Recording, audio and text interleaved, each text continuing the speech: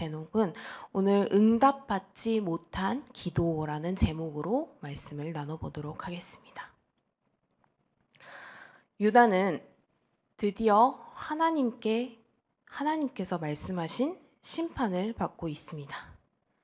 가뭄에 대하여로 시작하는 1절은 창세기 41장에서와 같이 가뭄이라는 이런 자연적인 현상을 그때 당시 심적 심판이라고 간주하기도 했습니다.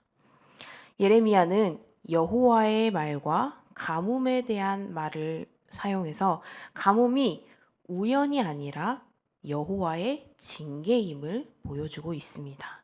그리고 2절에서는 이러한 가뭄의 결과를 보여줍니다. 슬퍼하고 피곤하다가 나오는데 두 동사의 이러한 결합도 예언서에서 종종 관찰되어 심판의 의미로 사용되고 있습니다. 여러분, 성문은 무엇인가요? 성문은 어떤 의미로 쓰여지고 있습니까? 성문은 우리가 알다시피 외부의 적으로부터 백성을 보호하는 수단입니다. 그리고 그런 성문이 기력이 쇠하였다라는 것은 백성을 보호할 능력이 없어졌다라는 뜻입니다. 예루살렘은 주변국에 노출되었고요. 그리고 유린당할 것입니다. 그리고 가뭄은 이러한 예루살렘의 성벽의 방어력을 더욱 약화시켰습니다. 예루살렘의 부르짖음이 위로 오르도다는 예루살렘의 통곡 소리가 곳곳에서 터져 나오고 있음을 알려줍니다. 그런데 이 통곡 소리는 대적의 침입으로 인해서 나오는 것이 아닙니다. 백성들은 적이 침입하기 이전에 먼저 가뭄으로 통곡하기 시작합니다. 그리고 3절에 언급된 귀는 귀족을 가리키는데 가뭄에 물을 얻기 위해 우물마다 사람을 보냈지만 물을 찾을 수가 없었고요. 그리고 그들은 빈 그릇으로 돌아가야 했습니다. 예레미야는 이런 상황을 부끄럽고 그리고 근심하여 그들의 머리를 가리며라고 말하고 있습니다. 4절에서 가뭄으로 인해 농부가 부끄러움을 당할 것을 묘사를 하는데요. 농부는 당시 사회계층 구조의 근간을 이루는 계층이라고 합니다. 그런데 가뭄은 이런 모든 계층에게 고통을 가져다 주고 있음을 보여줍니다.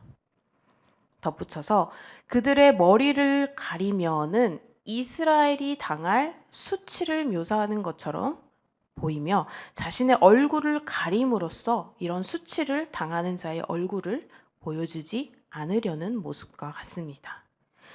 그리고 5절과 6절에서는 암사슴과 나귀를 언급하고 있습니다. 가뭄으로 인해 들판에는 동물들의 식량인 풀이 자라나지를 않고 있습니다. 들의 나귀 역시 가뭄으로 인해서 먹이를 구하지 못해 숨을 헐떡이며 생명이 꺼져가고 있습니다. 예레미야는 이런 동물들의 모습을 묘사함으로써 인간뿐만이 아니라 자연이 함께 고통받고 있음을 말해주고 있습니다. 그러나 본문은 그 의미를 넘어섭니다. 새끼를 내버리는 암사슴을 묘사하는 동사는 2장 13절과 19절에도 나오는데 종종 예레미야서 내에서 이스라엘의 행위를 묘사하는 것으로 관찰되고 있고요. 그리고 무엇보다 헐떡이는 들나귀는 2장 24절처럼 앞에서는 이스라엘을 비판적으로 묘사하는 데 사용되어 있습니다. 게다가 이런 벗은 산은 3장 2절 그리고 21절, 4장 11절 그리고 12장 12절에 이스라엘이 우상을 숭배하던 장소로 나온다는 점에서 가뭄을 해결하기 위해 우상을 찾고 있는 이스라엘을 비판적으로 보여주는 장면입니다. 앞서 말했듯 이스라엘은 오직 하나님만을 의지하는 게 아니라 우상과 하나님을 동일시 여기고 기도하며 제사를 드렸다고 했습니다.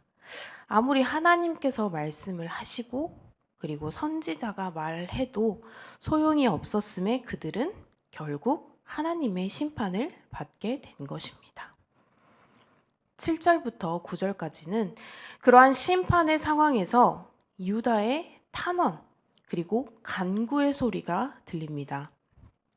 예레미야서는 잿물과 그리고 비누로도 죄를 씻을 수 없다고 2장 22절에서 말합니다.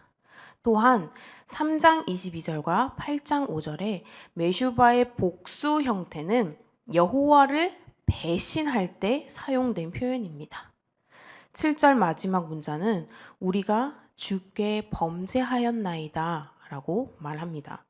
여기에는 당신께라는 단어가 동사보다 앞서서 언급되어 이스라엘이 여호와께 범죄했음을 강조를 하고 있습니다.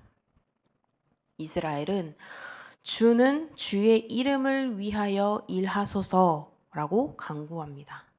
그리고 이스라엘은 반복하여 자신들의 죄를 고백하며 여호와께 도움을 요청을 하고 있습니다.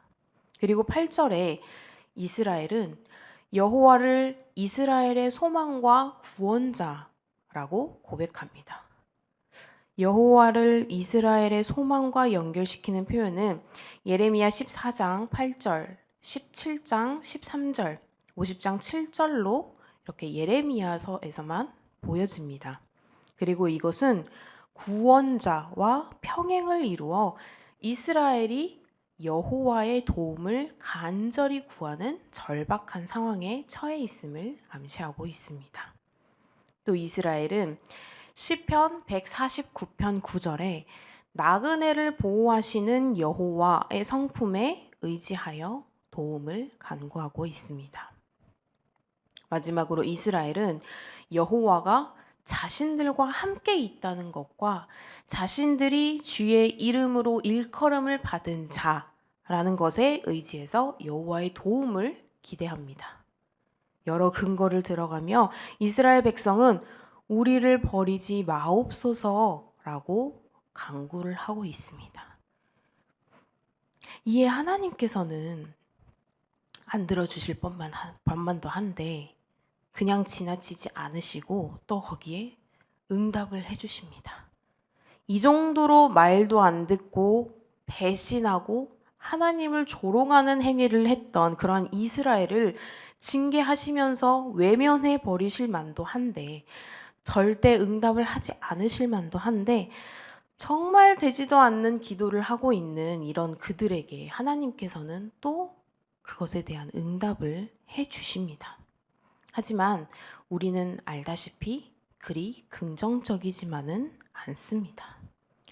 금식도 소용없고 제사로도 칼과 전염병으로 심판하고자 하는 하나님의 마음을 돌릴 수는 없었습니다. 그 전에 하나님께서 애통하시면서 간구하시면서 하나님께서 얼마나 이스라엘 백성들에게 이야기를 하셨을까요? 하지만 그들은 끝까지 하나님께서 배신했다라는 표현을 할 정도로 그들은 전혀 하나님의 말씀에 귀 기울이지 않았고 하나님께 정말 하나님을 내 주님입니다. 저의 정말 주님은 저의 오직 한 분만이십니다. 주님 한 분만이십니다. 라는 그러한 간구도 없었고요. 그래서 하나님께서는 결국 참다 못해 심판을 내리시게 된 것이지요. 이렇게 어그러진 길 위에서 드린 기도에 그리고 제사에 이미 충분히 하나님께서는 괴로우셨습니다. 그리고 하나님의 구원 의지만큼 심판의 의지도 단호하다는 것을 기억한다면 이런 안일한 삶을 살면서도 거짓 안정감을 누리는 일은 없지 않을까요? 여러분, 응답받지 못하는 기도가 있을까요? 네, 오늘 말씀을 보면 응답받지 못하는 기도도 있습니다. 이것은 예배와 금식과 기도가 부족해서가 절대 아닙니다. 하나님의 뜻을 알지 못하고 공감하지 못하면서 기도하기 때문일 것입니다.